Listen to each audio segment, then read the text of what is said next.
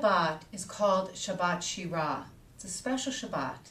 And connected to this special Shabbat is a Torah portion, a weekly Torah portion called Bishalach.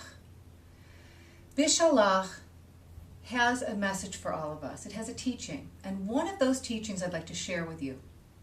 Bishalach means, and he sent. The Pharaoh sent the Jews out of Egypt. This is where we are in the Torah portion. And as he sent them out, what really happened is an entire paradigm shift of the world. It's really when monotheism is born into a nation. Because at that moment, Jews moved from being enslaved into a place of freedom. So what happens when we move in our own lives from a place of enslavement into freedom? It's a little scary.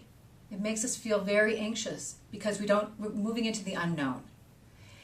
And so our Torah portion has something to teach us about what we do when we're making great change.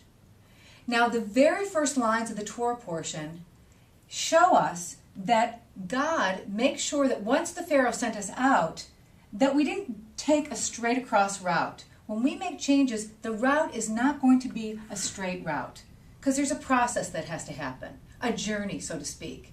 And so what did God do is God led us down the Sinai Peninsula on a 40-year journey. Hopefully every journey is not 40 years, but led us down and then up and then into the Promised Land. Let that be a lesson to us not to expect a straight across change, but to take the time to process and to go deeper inside. And in order to do that, I'd like us to take a look at what probably the Jewish people felt as they were moving into this new home, into this journey. They were probably feeling fear. But I know that fear is the first thing we feel when there's change, when there's something new. And when we feel fear, there's a lot of chaos that goes on in our lives. Again, it's the unknown. The opposite of fear is faith.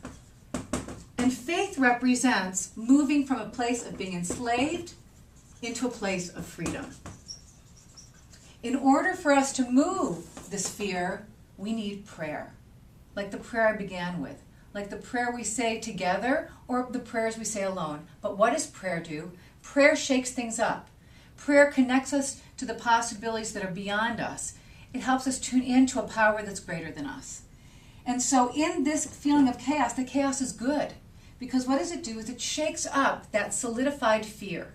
And as it shakes it up and shreds it, light comes in. Something makes space for something new. And when that little spark of light comes in, we begin to feel a little bit of hope. And we continue to pray because we pray because we want to continually shake it up. And when hope comes in and light, then there is a possibility of illumination. And maybe as we continue to pray, we begin to see everything more clearly. So we begin to get clarity. And then the clarity, as we continue to pray and shake it up, makes more and more room to a place of freedom, where all possibilities can be birthed. This Shabbat, take your journey. Don't let fear hold you back. Be on the walk with the Jewish people and be led into that place where you deserve to be, in freedom, where you can manifest like the Jewish people and be taken to your homeland. Shabbat Shalom.